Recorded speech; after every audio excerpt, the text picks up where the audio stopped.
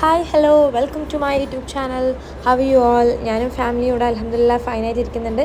അപ്പോൾ ഞാൻ ഇന്ന് വന്നിട്ടുള്ളത് ഒരു കുക്കിംഗ് വീഡിയോ ആയിട്ടാണ്. അതും ഒരു റെസ്റ്റോറൻറ്റ് സ്റ്റൈൽ എഗ് ഗ്രേവിൻ്റെ റെസിപ്പി ആയിട്ട്. ചപ്പാത്തി, അപ്പം, ഇടിയപ്പം, ദോശ എല്ലാത്തിൻ്റെയും കൂടിയും അടിപൊളി കോമ്പിനേഷൻ ആയിട്ടുള്ളൊരു റെസിപ്പിയാണ്. അതിനായിട്ട് ആദ്യം ചെറിയ 4 വലിയുള്ളി ഇതുപോലെ അരിഞ്ഞെടുക്കുക. അതിനുശേഷം ഒരു മീഡിയം സൈസായിട്ടുള്ളൊരു തക്കാളി ഇതേപോലെ തന്നെ അരിഞ്ഞെടുക്കുക.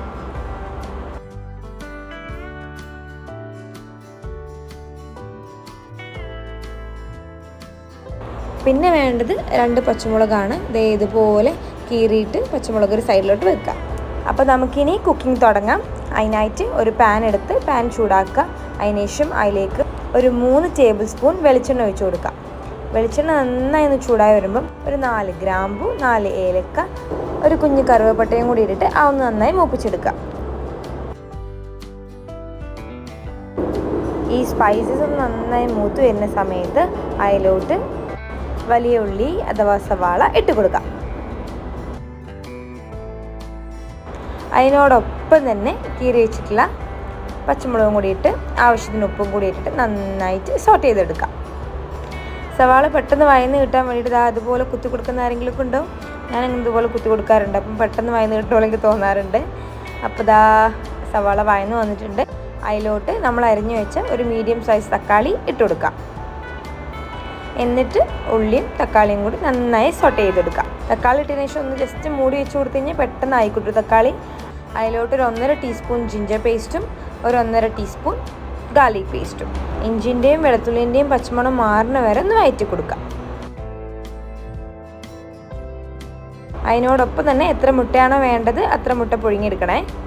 ഇഞ്ചിൻ്റെയും വെളുത്തുള്ളിൻ്റെയും പച്ചമണം മാറിന് ശേഷം അതിലേക്ക് 3/4 ടേബിൾ സ്പൂൺ മുളക് പൊടി, ഇത് കാശ്മീരി ചില്ലി പൗഡറാണ് കേട്ടോ, 1/2 ടേബിൾ സ്പൂൺ മല്ലിപ്പൊടി, 1 ടീസ്പൂൺ മഞ്ഞൾപ്പൊടി, 1 ടീസ്പൂൺ ഗരം മസാല, ഇത്രയും ഇട്ടിട്ട് നന്നായി സോട്ട് ചെയ്തെടുക്കാം. ഇനി ഈ മുളക് പൊടിൻ്റെയും മഞ്ഞൾപ്പൊടിൻ്റെയും ഗരം മസാലേൻ്റെയും മല്ലിപ്പൊടിൻ്റെയും എല്ലാത്തിൻ്റെയും പച്ചമണം മാറുന്നവരെ നന്നായി വഴറ്റിയെടുക്കുക. പച്ചമണം മാറിക്കഴിയുമ്പം അതിലോട്ട് 1 കപ്പ് വെള്ളം ഒഴിച്ച് കൊടുക്കുക. എന്നിട്ട് നന്നായി മിക്സ് ചെയ്ത് കൊടുക്കുക. ഈ സമയത്ത് ഉപ്പ് കുറവുണ്ടെങ്കിൽ ഇട്ട് കൊടുക്കാം.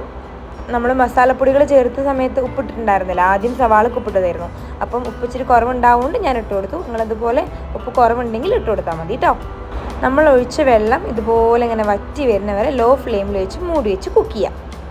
ഗ്രേവി ഒന്ന് വറ്റി വരുന്ന ആ ഒരു ഗ്യാപ്പിൽ ഒരു മിക്സർ ജാർ എടുത്ത് അതിലേക്ക് 1 കപ്പ് തേങ്ങ ഇട്ട് കൊടുത്ത് കുറച്ച് വെള്ളം ഒഴിച്ചിട്ട് നല്ല തിക്കായിട്ട് അരച്ചെടുക്കാം.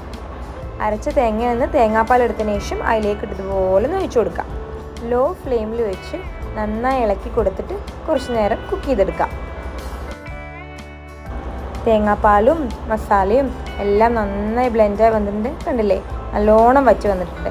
ഈ വറ്റി വരുന്ന സമയത്ത് നമ്മൾ ഫ്രഷ് മിൽക്ക് ഉണ്ടല്ലോ, അതൊരു 1/2 കപ്പ് കൂടെ ഒഴിച്ചു കൊടുക്കാം. ഫ്രഷ് മിൽക്കിന് പകരം കുക്കിംഗ് ക്രീം ആയാലും കുഴപ്പമില്ല കേട്ടോ. പാലും തേങ്ങാപ്പാലും മസാലയും ഇതെല്ലാം നന്നായി ബ്ലെൻഡായി വരുന്ന സമയത്ത് പുഴുങ്ങി വെച്ചിരിക്കുന്ന മുട്ട ഹാഫാക്കി ഇതുപോലെ കറിയിലോട്ട് ഇട്ട് കൊടുക്കാം. എല്ലാ മുട്ടയും കൂടെ ഒന്ന് ഇട്ട് കൊടുത്തതിന് ശേഷം ഈ ഗ്രേവിയൊക്കെ ഒന്ന് മുട്ടേൻ്റെ മുകളിൽ കൂടെ ഒന്ന് സ്പ്രെഡ് ചെയ്ത് കൊടുക്കാം.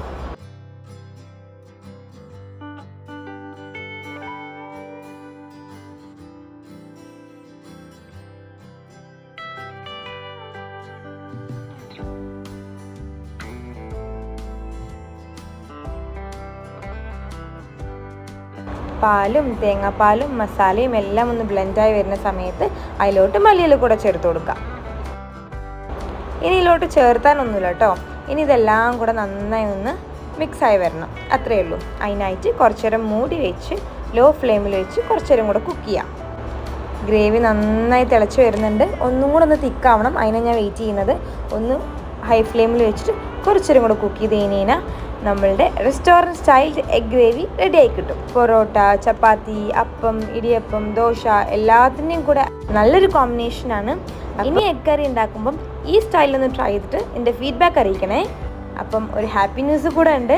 കി ആൻഡ് മമ്മ 950 സബ്സ്ക്രൈബേഴ്സ് ക്രോസ് ചെയ്തിരിക്കുകയാണ്. സബ്സ്ക്രൈബ് ചെയ്ത എല്ലാവർക്കും താങ്ക് യു. എൻ്റെ വീഡിയോസൊക്കെ ഇഷ്ടമാവുണ്ടെങ്കിൽ do like, share and comment and subscribe too. Thank you for watching my video. By.